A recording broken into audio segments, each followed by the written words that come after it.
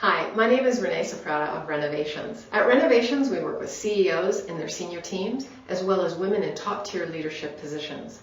We also work with executives pretty much across the board. So if you have a company that believes that people really matter, we do too. And we have the processes that we can put in place to help your teams function more effectively.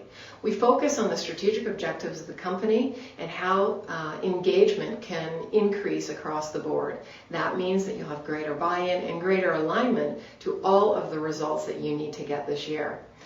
Thank you so much for your time to watch this feedback self-disclosure matrix introduction. This is really an introduction to the concept and to the model.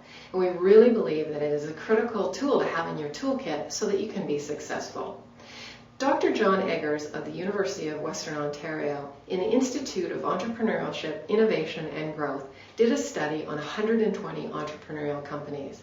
What he found was that the companies that had CEOs and senior teams who overrated themselves, which actually indicates a low level of emotional intelligence and a low level of self-awareness, really had difficulties getting the profits that they needed. So this is about feedback, and this model helps companies recognize and get clearer about their own perception. They grow self-awareness, they're able to self-manage themselves, and they're able to actually decrease their blind spots. So it's very, very critical to the bottom line. We also understand that companies that have high adaptability to changing environments and different people, meaning people on their teams that have different strengths and different perceptions about others within the team, if they have high adaptability, which they can get by gaining feedback or receiving feedback, then they are more apt to have higher profits at the end of the day. So this is a really, really important model. You know, I often think about an airplane. Now many of the airplanes that fly on autopilot, and that was developed by an engineer, Kurt Lewin, who really looked at how an airplane can fly from point A to point B based on the feedback of all of the, its relationship to the earth, its relationship to altitude, all sorts of things. It's the same for all of us. If we have feedback, and we can gain that by self-disclosing and giving feedback to others, or asking for and receiving feedback, then we almost have our own personal GPS in how we can work on teams, in how we can develop our interpersonal skills, and also in how we understand ourselves, our values, and our perceptions, and others, their values, perceptions, and goals. And that's really, really critical for teams. So that's my introduction. This is a great model. Stay with me, and I'm going to introduce what it's all about. So why is a model like this important? Well, in business, it's really important to build personal power and influence. It's important to be known, trusted, liked, and respected. The result is that you will build volunteers who will want to follow you. What is it all about? Well, this is a model that helps you become more self-aware and as well unearth your hidden potentials. How? Well, it's all about learning how to give and receive feedback. Imagine if you could decrease drastically the amount of frustrations that you currently have of working with people. At the end of this e-learning, you will have the following end results. You will understand the 4 different selves: the public self, the private self, the unknown self, and the blind self. You'll also have the ability to practice giving feedback and receiving feedback. You'll have a model that you can use on a regular basis to give and receive feedback, and you'll also be able to deal with small problems before they become large, time-consuming issues. This is a model to help you develop your own self-awareness and your own emotional intelligence. It's based on the research done by Joseph Luft and Harry Ingram in their Johari window, which is a fantastic model. All we've done is we've finessed it a little bit. So let me build out the model. As in every model, a model starts with a square, really, and the square then gets divided up into quadrants. So with this model, the quadrant is divided vertically, and it's a really, really dynamic model. So what happens is, dependent on how much I ask for or receive feedback, that vertical axis is going to move to the left and to the right. And as you can imagine, if I'm not asking or I'm not receiving a lot of feedback, then that vertical axis is going to stay to the left of the model. But if I'm asking for and receiving lots of feedback, the opposite's going to happen, and it's going to move to the opposite side of the square. That movement is going to be dependent on what I am aware of and what I am not aware of. On the left-hand side, we also have another arrow indicating that there's going to be a horizontal axis. And as you can see, this arrow on the left-hand side of the quadrant indicates how much I self-disclose and how much I give feedback. The horizontal line as well moves up and down. So if I'm not self-disclosing or giving much feedback, that line is going to stay up at the top of the square. If I am, however, self-revealing quite often and giving lots of feedback, the opposite is going to happen, and it's going to move down to the lower part of the square. This side of the quadrant is divided into what others are aware of about me and what others are not aware of about me. So that's how the model comes together. If you look at now the first quadrant, this intersection here describes what I am aware of and what others are aware of about me. And how those two arrows come together indicates my public self. I want to remind you of Manager Maria. Manager Maria has 25 years of sales experience, and she works for a global security retail product manufacturer. She is a real gatherer girl. She's the manager within the company that has the team that really is interpersonally connected. And she's got great visions of being the vice president of sales within the next year. So I'd like Manager Maria to discuss what her public self is all about. My public self. Well, what others know about me and what I know about myself. Everyone knows, and I know, that I am a gatherer of information, a true relationship builder. A successful day is one that has an element of teamwork. Everyone knows, and I know, I love beautiful shoes. I want to introduce you to Newbie Nate. Newbie Nate is new to the organization. He just finished his BA. He's an avid video gamer and Facebook-aholic. And he's just really, really excited about being out into the working world. He's ready to jump in and help anybody and learn as much as he can. So I'm going to let Newbie Nate talk to us a little bit about his public self. My public self. What others know about me and what I know about myself. Everyone knows, and I know, that I'm a rookie at this company, and every task I touch is new to me. Everyone knows, and I know, Casual Friday is definitely my favorite workday.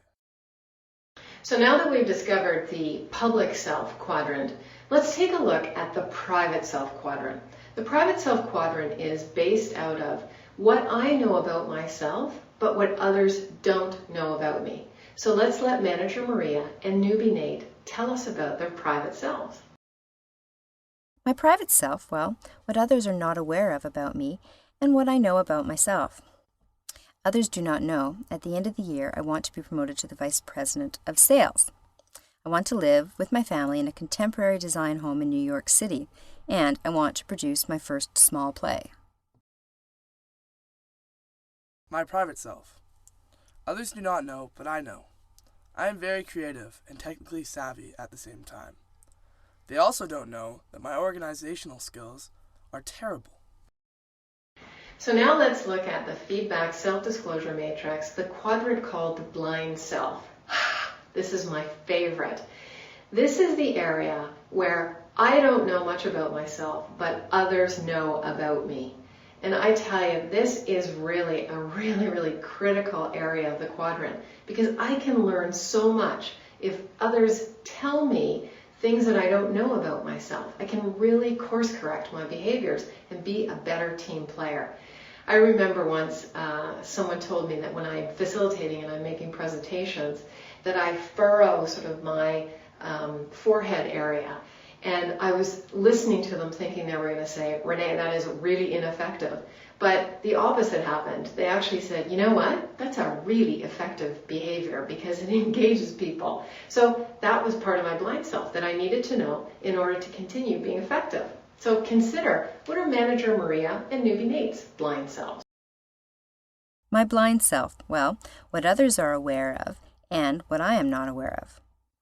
I have received a great deal of feedback from my direct reports that I cut them off in our weekly meetings. I'm not aware of that, however. I need to be aware of it because it makes our team less effective. My blind self. What others are aware of about me and what I'm not aware of. Wow, I have no idea. I've only been here for a few weeks. No one has come forward with any feedback on this one yet. Ah, yes, the last part of the feedback self-disclosure matrix is the unknown self. So the unknown self is based out of what I don't know about myself and what others don't know about myself. And it's really where I can unearth some of my hidden potentials. So again, let's see what Manager Maria and Newbie Nate say about their unknown self. My unknown self, well, what others are not aware of about me and what I am not aware of. Quite honestly, I don't know if I have what it takes to be a competent vice president of sales, but I'm willing to give it a try to see if I've got it in me. It's exactly the same as my dream to produce a play. Who knows if I can do it? My unknown self. What others are not aware about me and what I am not aware of. I think working for the first time is about me exploring my unknown self. I know I can excel at school, but right now my curiosity is how well I will do in a work environment. So let's put this model together. Remember at the beginning, I shared that this is a very dynamic model. And what happens in its movement, meaning that the vertical axis and the horizontal axis will move depending on how much I'm willing to receive and ask for feedback and how much I'm willing to self-disclose and give feedback. So there's always movement happening. What we ideally want is for our public self to be the largest window. And if that is so, then what I know about myself and what others know about me is quite large. And I can be very interpersonal on my teams, I can be very collaborative, and I can be really, really effective. That's actually called, the largest public self window is called a highly emotional, intelligent person. That is what we're driving for. Again, remember, it's a dynamic model. So the next piece can be when I have a large private self. So I know more about myself than others know about me. Well, those are the people in the organization that we call protected. They're sort of the people that walk around the office and they ask a lot of questions. They're sort of more interview style because they're protecting themselves. So if you know that and if you understand that they have a large private self, then you can start to navigate that within your teams and start to ask them to self-disclose more and ask them to give feedback more, because with that you will open up their public self and decrease their private self. The blind self, those people that others know a great deal more about them than they know about themselves. Well, this is really, really interesting, and it adds a lot of opportunity within teams. If we can actually decrease the blind selves of some of the individuals on our team and open up the public selves, we will have greater effectiveness on our teams on a regular basis. The last one, the unknown self. So that's when there's really a lot of hidden potentials. If you think of Newbie Nate in this example, in this e-learning, he's a perfect example. He has a huge well of potential. So it's his first time in business, and he doesn't know much about himself in business, and others on his team don't know much about how he's going to act in business. So he has a huge well of potential. So watch for all of those types of scenarios within your team, and most importantly, start to navigate the quadrants by asking for, self-disclosing, receiving, and giving feedback. You'll be amazed at how this can increase the effectiveness on your team and, as I said at the beginning, increase the bottom line. So it's a really effective tool. That's an introduction. If you have any questions, please drop us a line. We'd be happy to help. Talk soon.